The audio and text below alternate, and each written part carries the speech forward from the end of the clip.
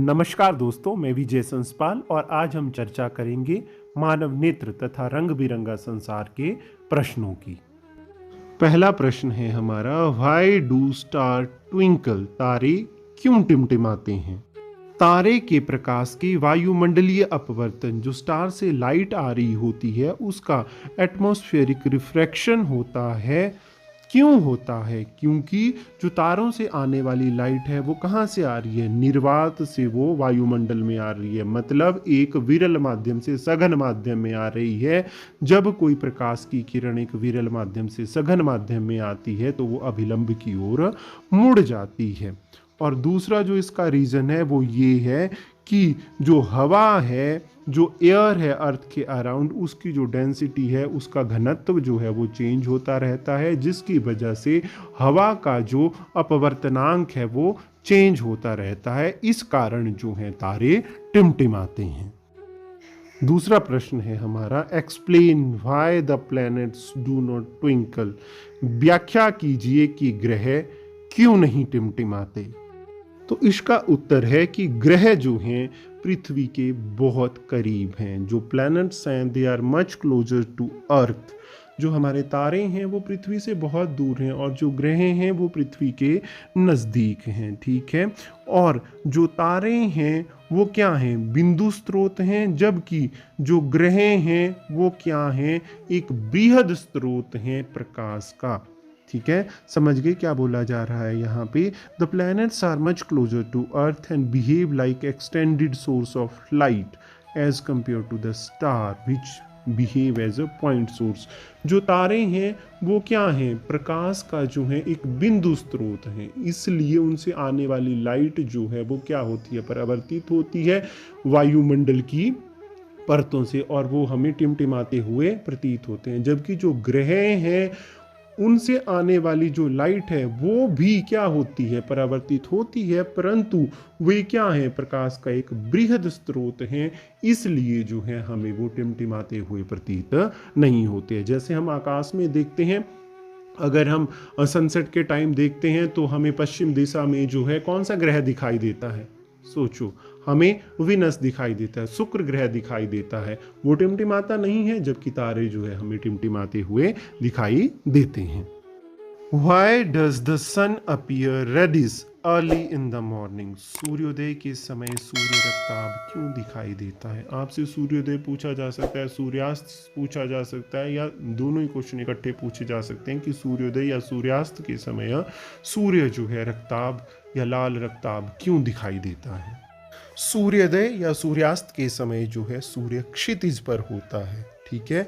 और सूर्य का जो प्रकाश है वायुमंडल की मोटी परतों से गुजरता है और वायुमंडल में जो है वो लंबी दूरी करता है। When the sun rises early in the morning or setting in the evening, the light from the sun travel through thicker layer of air and large distance of atmosphere surrounding the earth. अब देखो वो क्या कर रही है? ज़्यादा दूरी तय कर रही है। जब सूर्योदय या सूर्यास्त हो रहा है तो सूर्य से आने वाला जो प्रकाश है वो पृथ्वी तक पहुंचने के लिए लंबी दूरी तय कर रहा है। जब ये लंबी दूरी तय कर रहा है उस दौरान जो नीले रंग का प्रकाश है या कम तरंग दैर्ध्य का प्रकाश है उसका पूर्ण रूप से क्या हो जाता है? प्रकीर्णन हो जाता है और हमारी आंखों तक कौन सा प्रकाश पहुंचता है? अधिक तरंग दैर्ध्य का प्रकाश पहुंचता है। जिसकी जो वेवलेंथ ज़्यादा है वो वाला प्रकाश जो है हमारी आंखों तक पहुंचता है। और अधिक तरंग दैर्ध्य का प्रकाश कौन से रंग का होता है? वो होता है लाल और नारंगी रंग का। इसीलिए जो सूर्य है वो हमें सूर्योदय या सूर्यास्त के समय जो है रक्ताभ प्रतीत होता है, क्योंकि कम तरंग दैर्ध्य के प्रकाश का पूर्ण रूप से प्रकीर्णन हो गया होता है और अधिक तरंग दैर्ध्य जो कि हमारा लाल और नारंगी रंग का प्रकाश होता है वो हमारी आंखों तक पहुंचता है। अगला प्रश्न है, why does the sky appear dark instead of blue to an astronaut? किसी अंतरिक्ष यात्री को आकाश नीले रंग की अपेक्षा जो है काला क्यों प्रतीत होता है? In space, there are no particle, air, gases, water, droplet, etc. present to scatter the light. अंतरिक्ष में जो है जो प्रकाश आ रहा है सूर्य से उसको प्रकीर्णित करने के लिए कोई भी कण मौजूद नहीं है। हमें आकाश नीला क्यों दिखाई देता है? क्योंकि हमारे पृथ्वी के वायुमंडल में जो उपस्थित कण हैं जिनका आकार बहुत छोटा है, वो क्या करते हैं, कम तरंग दैर्ध्य जो नीला रंग होता है उस प्रकाश को जो है वो क्या कर देते हैं, प्रकीर्णित कर देते हैं, कम तरंग दैर्ध्य के प्रकाश को प्रकीर्णित कर देते हैं और वो प्रकीर्णित प्रकाश हमारी आंखों में प्रवेश करता है, इसीलिए आकाश हमें नीला दिखाई देता है। पर जब हम अंतरिक्ष में हैं, स्पेस में हैं, तो वहाँ पे कोई भी हमारा वायुमंडल नहीं है, इसलिए जो सूर्य से आने वाला प्रकाश है उसका प्रकीर्णन नहीं होता है। जब उसका प्रकीर्णन नहीं होता है तो हमारी आंखों में प्रकाश जो है प्रवेश नहीं करता है, इसलिए अंतरिक्ष यात्री को जो है आकाश काला दिखाई देता है। नेक्स्ट क्वेश्चन है, why is a normal eye not able to see clearly the object placed closer to 25 centimetre? सामान्य आंख 25 सेंटीमीटर से निकट रखी वस्तुओं को सुस्पष्ट क्यों नहीं देख पाती है? मतलब जैसे एक बुक है, उसे हमें अगर पढ़ना है, उसे हम आंखों के ज़्यादा नज़दीक ले आते हैं तो हम जो शब्द हैं उनको अच्छे से नहीं देख पाते हैं। पर हम उन शब्दों को अच्छे से क्यों नहीं देख पा रहे हैं?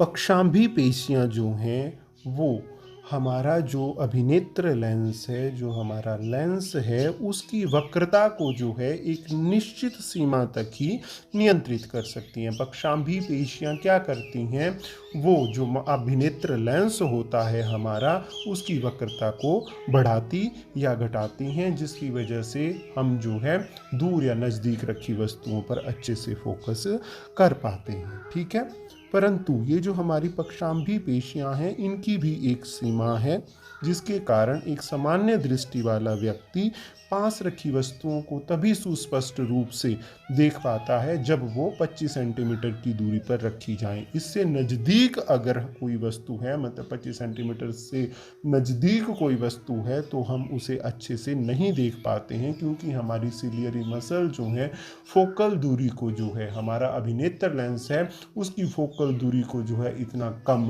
नहीं कर सकती हैं। अतः हम 25 सेंटीमीटर से नज़दीक रखी वस्तुओं को जो है सुस्पष्ट नहीं देख पाते हैं। A student has difficulty reading the blackboard while sitting in the last row.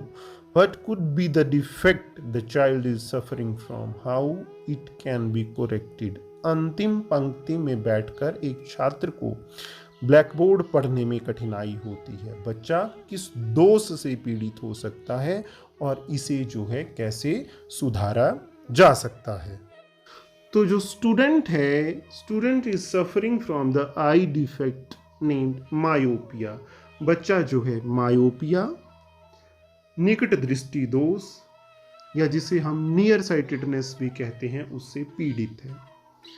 जो मायोपिया से पीड़ित लोग हैं उनको जो निकट की वस्तुएं तो हैं स्पष्ट दिखाई देती हैं, परंतु दूर की वस्तुओं को जो है वो स्पष्ट नहीं देख पाते हैं। इसलिए वो लास्ट बेंच पे बैठा हुआ है, वो अपना जो उसका कलम है, किताब है, उसको तो अच्छे से देख पा रहा है, परंतु दूर का जो ब्लैक बोर्ड है उसको वो अच्छे से नहीं देख पा रहा है। और नियर साइटेडनेस में जो इमेज बनती है, जो प्रतिबिंब बनता है, वो रेटिना से आगे बनता है। अब देखो, जो प्रतिबिंब है वो रेटिना से आगे बन रहा है, उसे रेटिना तक लाने के लिए हमें किसी अपसारी लेंस का यूज करना पड़ेगा। तो अपसारी लेंस कौन सा होता है? अपसारी लेंस होता है हमारा अवतल लेंस। तो जो ये नियर साइटेडनेस है, ये मायोपिया है, इसको हम अवतल या कॉन्वेक्स लेंस लगा के जो है करेक्ट कर सकते हैं। नेक्स्ट हमारा क्वेश्चन है, what happens to the image distance in eye when we increase the distance of an object from the eye? जब हम आंख से किसी वस्तु की दूरी बढ़ाते हैं तो आंख में प्रतिबिंब दूरी का क्या होता है?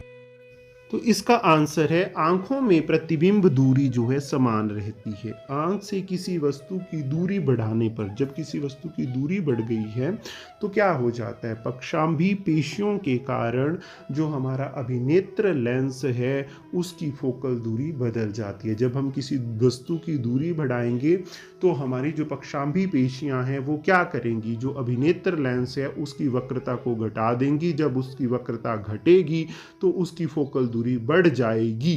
तो उससे क्या होगा, जो आंखों को प्रतिबिंब को रेटिना पर केंद्रित करने में मदद मिलेगी, पर जो हमारी प्रतिबिंब दूरी है वो समान रहेगी। तो अगर हम किसी वस्तु को अपनी आंखों से दूर ले जाते हैं तो जो प्रतिबिंब दूरी है आंखों पर उसमें कोई भी इफेक्ट नहीं पड़ता है। क्यों नहीं पड़ता है, क्योंकि पक्षांभी पेशियां जो हैं वो क्या करती हैं, अभिनेत्र लेंस की जो हमारी वक्रता है उसको क्या करती हैं, घटा देती हैं। वक्रता घट जाएगी तो अभिनेत्र लेंस की फोकल दूरी बढ़ जाएगी।